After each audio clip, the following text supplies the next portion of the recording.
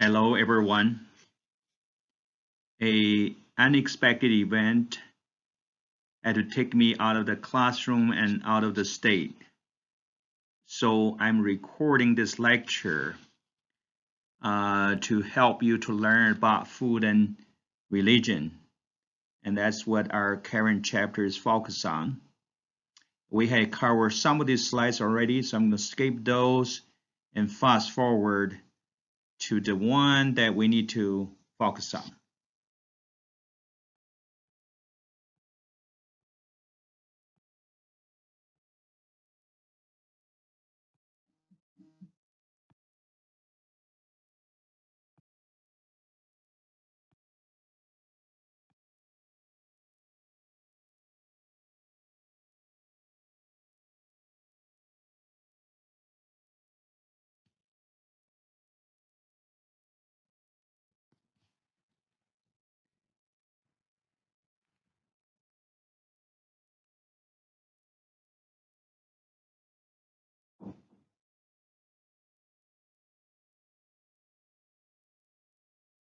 Okay, so there are a few slides I actually skipped and did not spend a lot of time on, but I will ask you to review your textbook on that. And so what we have covered already is Judaism, and that's there are many culture and food related issues started in Judaism. As we shared last time, that Christianity originated from the Jewish religion, and therefore there's still a lot of similarities, and there's also a lot of differences as well. And so we're going to go through some of the food and religion issues that within Christianity. As most of you know, that the dominant Christian denomination or different branches of Christianity, Roman Catholics. You go back, come back, and then the Eastern Orthodox, and then the Reformed, different denominations, what we refer to as a Protestant. Okay, so we start with Roman Catholics. So in the United States, Roman Catholics is actually one of the largest branch as far as numbers concerned. Most of these Catholic traditions come from the European heritage.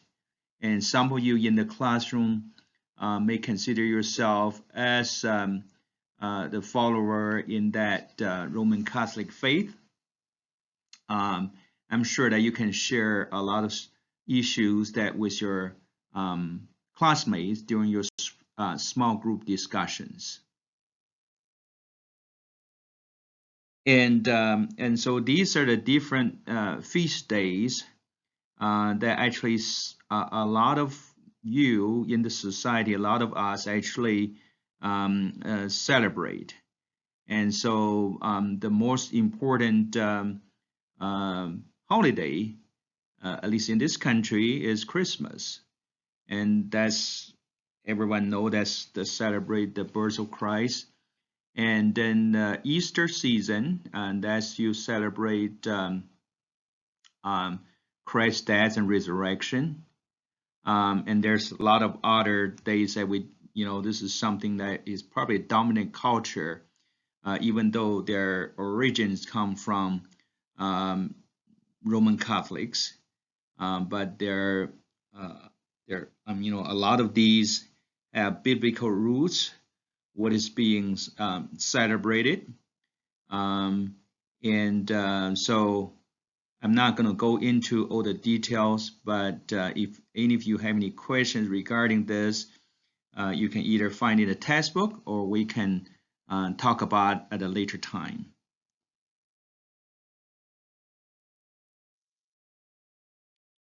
Okay, and so this is my own interpretation that Roman Catholics that still keep certain dietary restrictions versus a lot of Protestants that they do not any longer.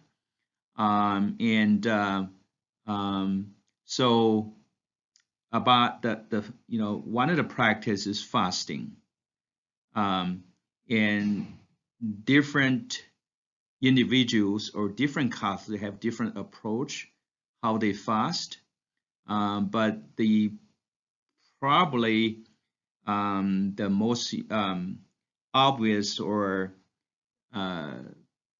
visible differences or is the Friday.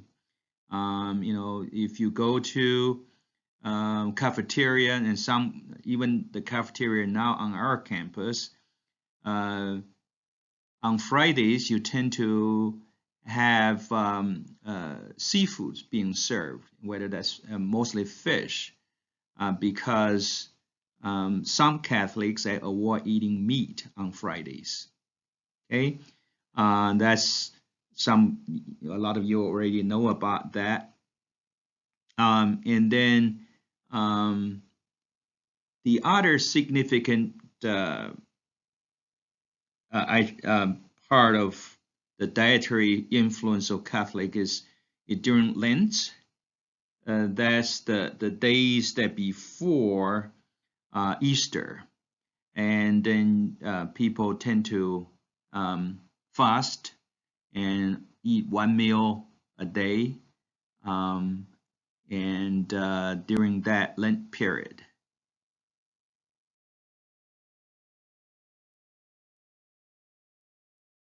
Escape this. The Eastern Orthodox, they do have a lot of similarities with the Catholic faith. Okay, some of the things that they observe that they have a lot of things in common. I'm going to skip some of these. Well, there's one thing I want to comment on is that a lot of these holidays actually they are in common. The Eastern Orthodox are the same with Catholics and Protestants. There's one difference here. Okay, it actually move forward. Okay, I wanted to go back. Well, what I wanted to talk about is that some of you probably heard about this, is that the Eastern Orthodox celebrate Christmas, not necessarily in December, but it's in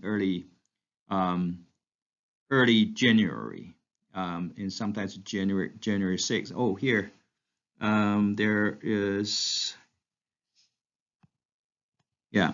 So if you know any friends that from Eastern Europe, that's what the Eastern Orthodox Church, that's really the primary and dominant Christian religion is Eastern Orthodox in Russia or other Eastern European countries, and they celebrate Christmas not in December but rather in January.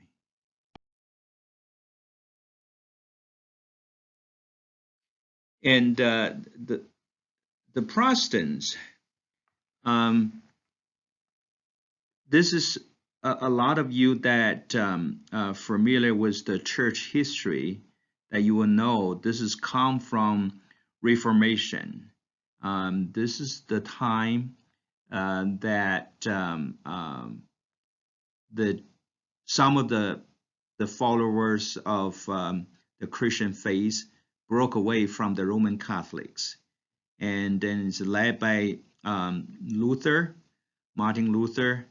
because that's where this, you've probably seen some Lutheran churches, and then that's really a branch of Protestants, and then come along with that, there are so many other denominations such as Baptist and Congregationalist and all the other mainline denominations, include Methodist Church that you see, and a lot of other denominations that form over the years.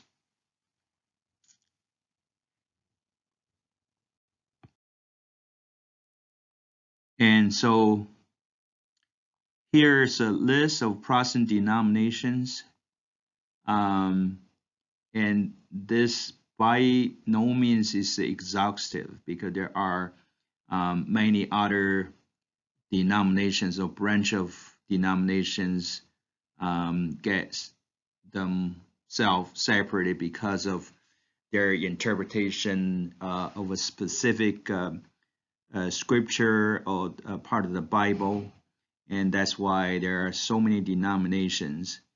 You can ask yourself the question whether this is what God intended for His followers to be this divided. That's really a question that you can think about.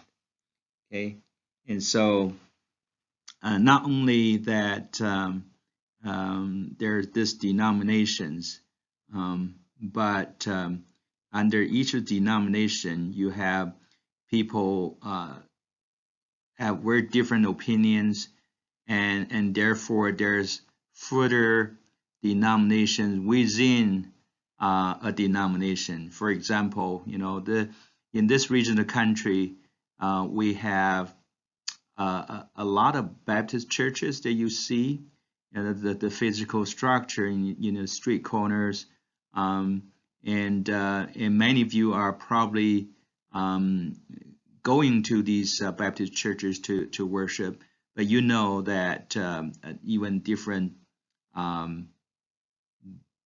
Baptists, they also have kind of, there are some more liberal, some more conservative, and there are so many even different Baptists. Okay, so there's a lot of these denominations. We can ask ourselves whether this is what God intended or not. But as humans, we have ways to differentiate ourselves, but maybe that's not what God intended. And in some of these, of course, there are religious differences or the way that they practice their faith. But as far as their influence on their dietary choices, there are a few of these that's actually we know we're going to talk about. For example, the Seventh-day Adventists, these are mostly vegetarians, and then the Church of Jesus Christ of Latter Saints, and this is the Mormons, they have some dietary restrictions, and of course, many of you probably hear about Jehovah's Witness, that they have some health practices that we need to be aware. For example, and they will not allow blood infusion and transfusion of blood. That's forbidden in the Jehovah's Witnesses faith. And when we get to that, we can visit about the different why they practice that.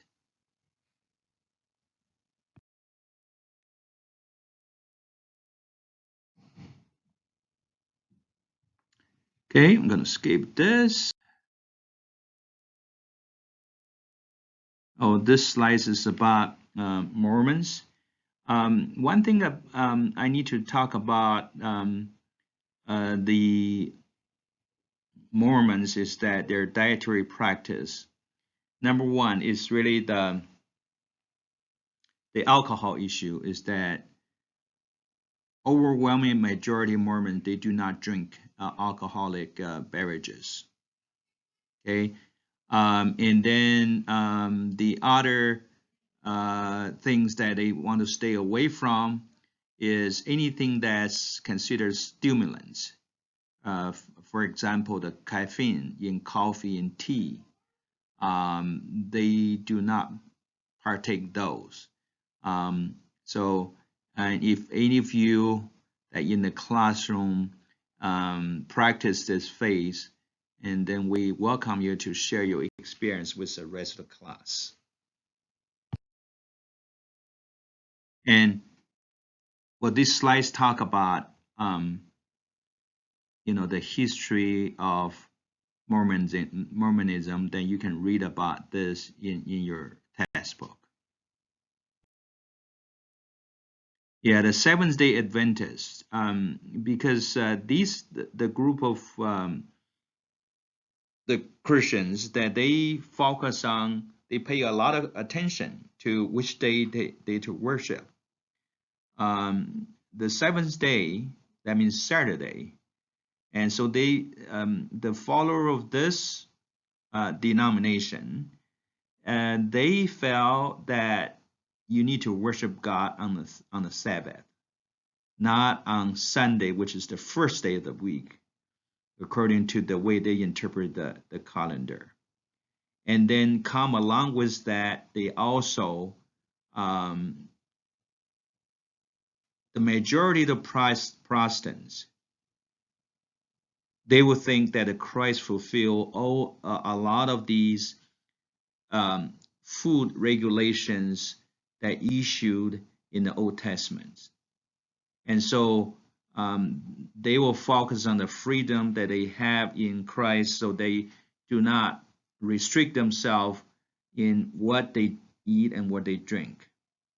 But the Seventh-day Adventists, they felt differently. They think that in order to have good health, that you need to pay attention to what the Old Testament says about food.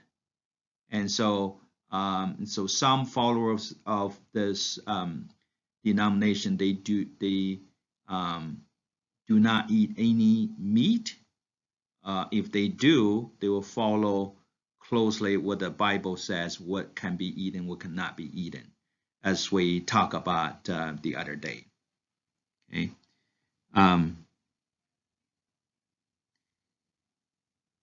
And then they are very serious about Sabbath, the Saturday, and that's the day that they worship.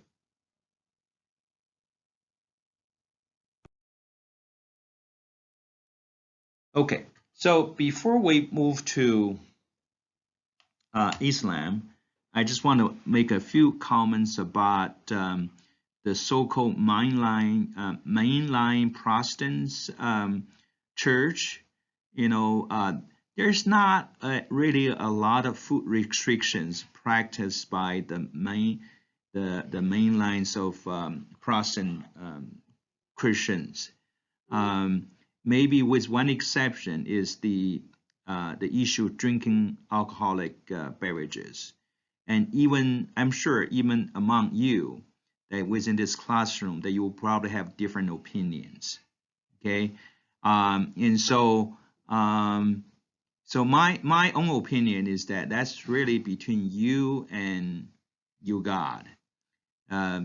Between you and God, whether a moderate consumption of alcoholic beverages is permitted or not, because in the Bible itself, it does not actually forbid you to take in alcoholic beverages, but then there's law of this country. In this country, it's a federal law that anybody that under 21, you cannot drink alcoholic beverages, and that's mainly for safety. And so, as a Christian, whether you what your opinion is, but if what you do that is helpful to others, and then you do it out of love. Okay, So and a lot of Christians, when they're not drinking, they know this is not something forbidden by the Bible, but it's actually is setting a good example for their own children, because they don't want their own children, to be addicted to alcohol, because alcoholic addiction is a huge problem in this country. And so some people choose not to, because out of their love for their family and for their friends. It's not because that God forbid them to drink, and that's my opinion. So I know you have your own opinions, and you're welcome to discuss this during the discussion time. Yeah, we do have a couple students that in our class is the Islam faith, and so maybe we get back to class, we can ask them to share some of their experiences. So Islam is actually the second largest religious group in the world, but not widely practiced in the United States. And so, but this is probably a dominant religion in the Middle East countries, Saudi Arabia, and some of our students, that's probably their home country where they come from, and then that whole region. Islam is the dominant religion. Okay, so let's get some of this. Okay, so this talk about pillars of the Islam faith. Number one is faith, prayer, almsgiving, fasting, and pilgrimage to Mecca. Okay.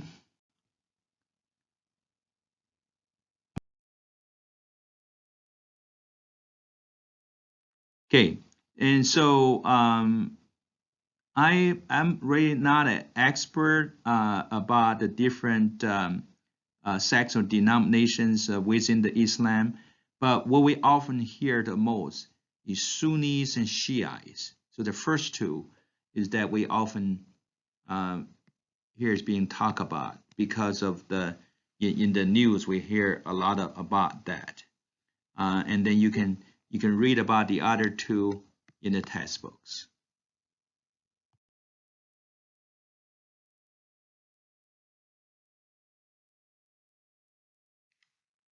And so, as the slides were saying, that Halal, Halal, is the Islam dietary law. Okay, remember when we talk about the Jewish dietary law, it was actually on, it's called kosher. And so a parallel in the Islam dietary law is halal. Okay, and so that whatever is halal, that means it's permitted and lawful to eat. And then when it's not, then that's really forbidden from the diet. And as in the kosher certification, that we also have the certifying agency that work with food manufacturers that actually to certify the food and make sure they are halal certification.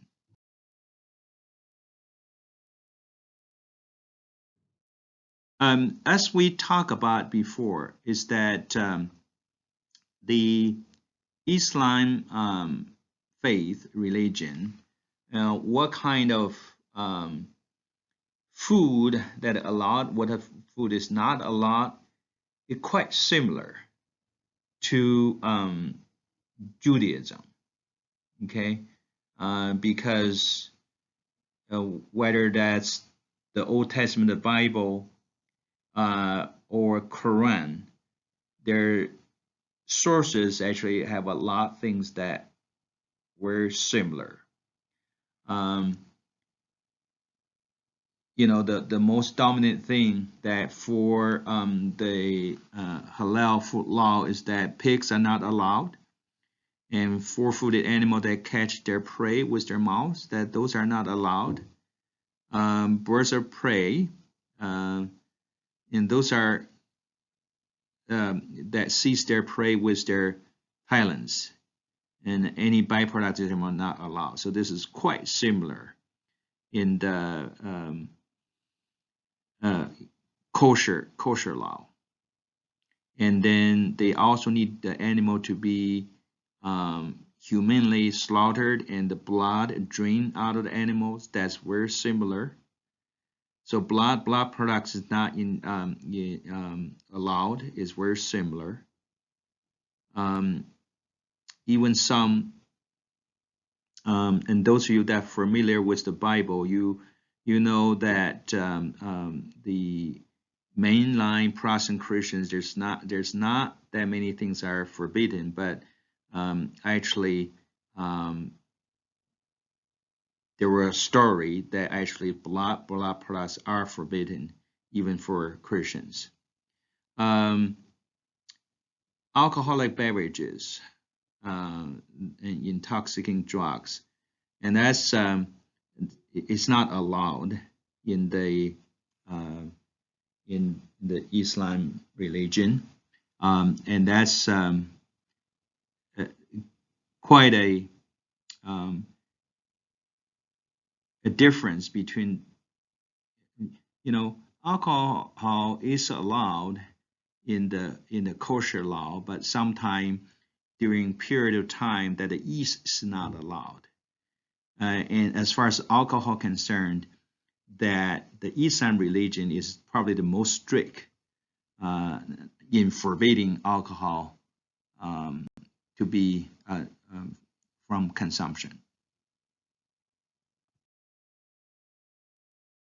Okay, we need to move forward a little bit, and you can read about the different holidays. And then when I come back to the classroom, we will need to ask our the student who are followers this phase to explain their experience. I already said that. Yeah, this is the fasting.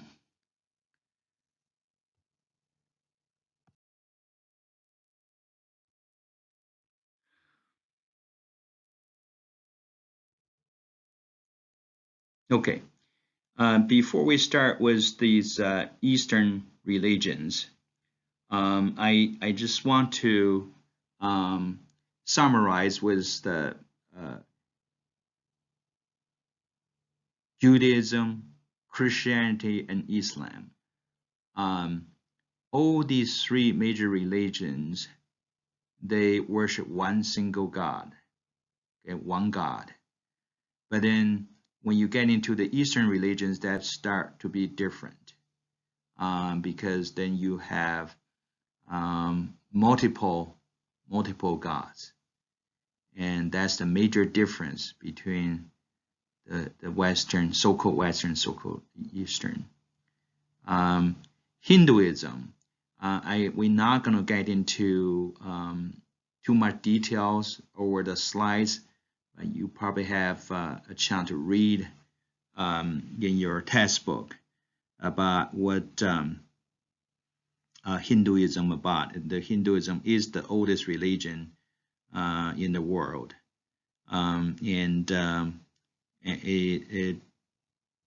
but as far as the dietary is concerned, is that majority of followers of Hinduism are vegetarians. Okay, and so if you look at the world now, majority of Hindu followers from the country of India and then maybe some smaller countries that surrounding India, like Bangladesh, Sri Lanka, those countries. Okay, and so let's go to and just talk about the different the caste of society, and that's something for you to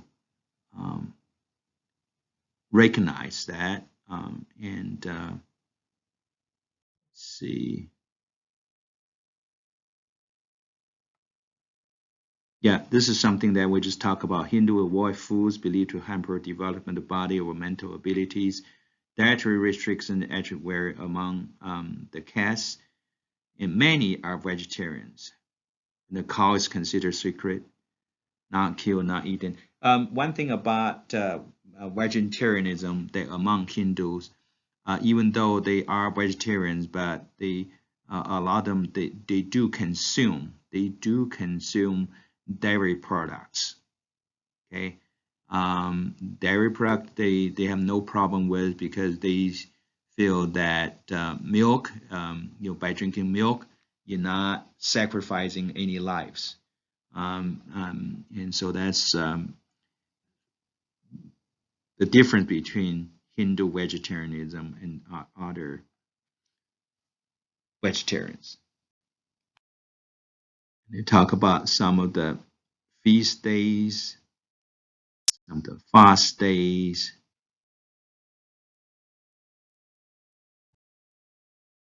And when we talk about Buddhism, Buddhism is actually that originated from Hinduism. If you read about the story, what Buddhism come from, their founder is actually a prince, that in the Hindu faith. Okay, so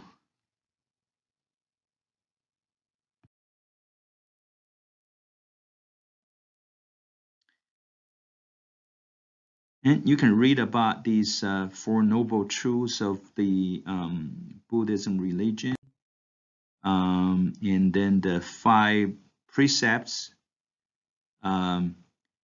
abstain from taking a life, abstain from taking what is not given, abstain from illegal sexual pleasures, abstain from lying, abstain from consumption of intoxicants, and all of these are part of Buddhism.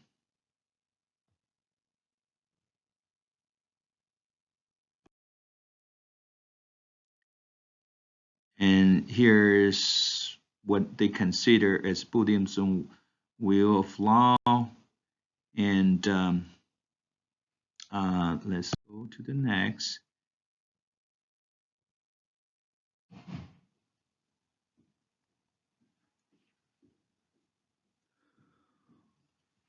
Okay, so Buddhism dietary restrictions, it's quite similar with Hinduism.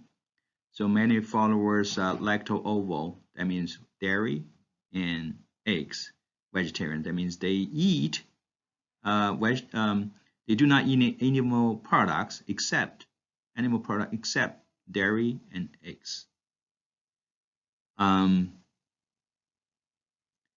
They normally do not eat beef, but sometimes they can eat fish.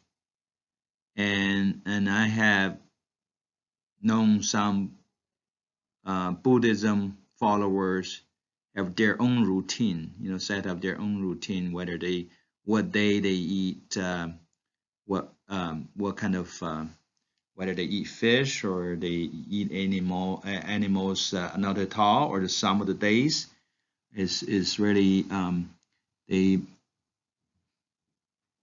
have different choices.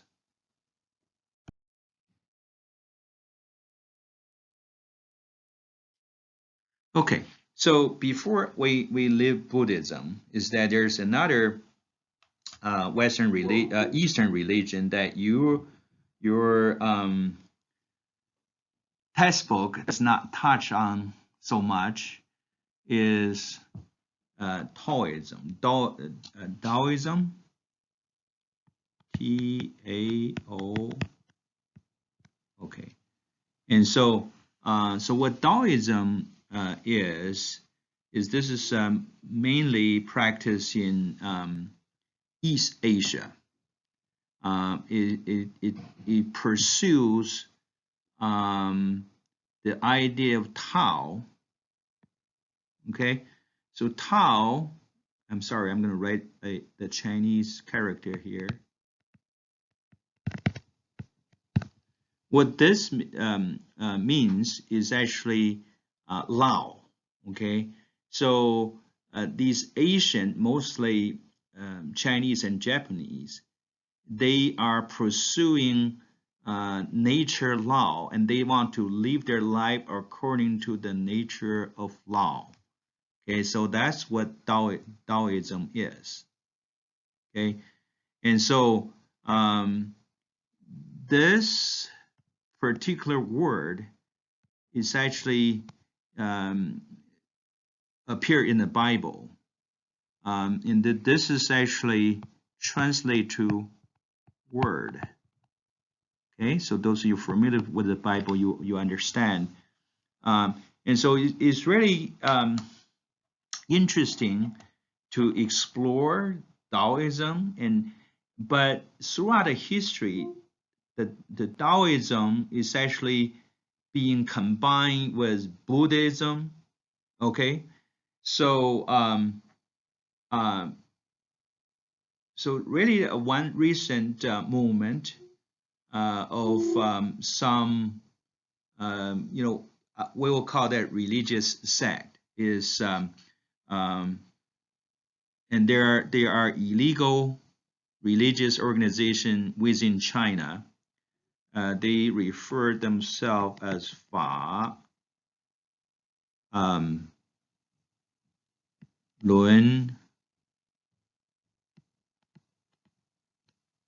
Gong. Okay, so kind of Fa Lun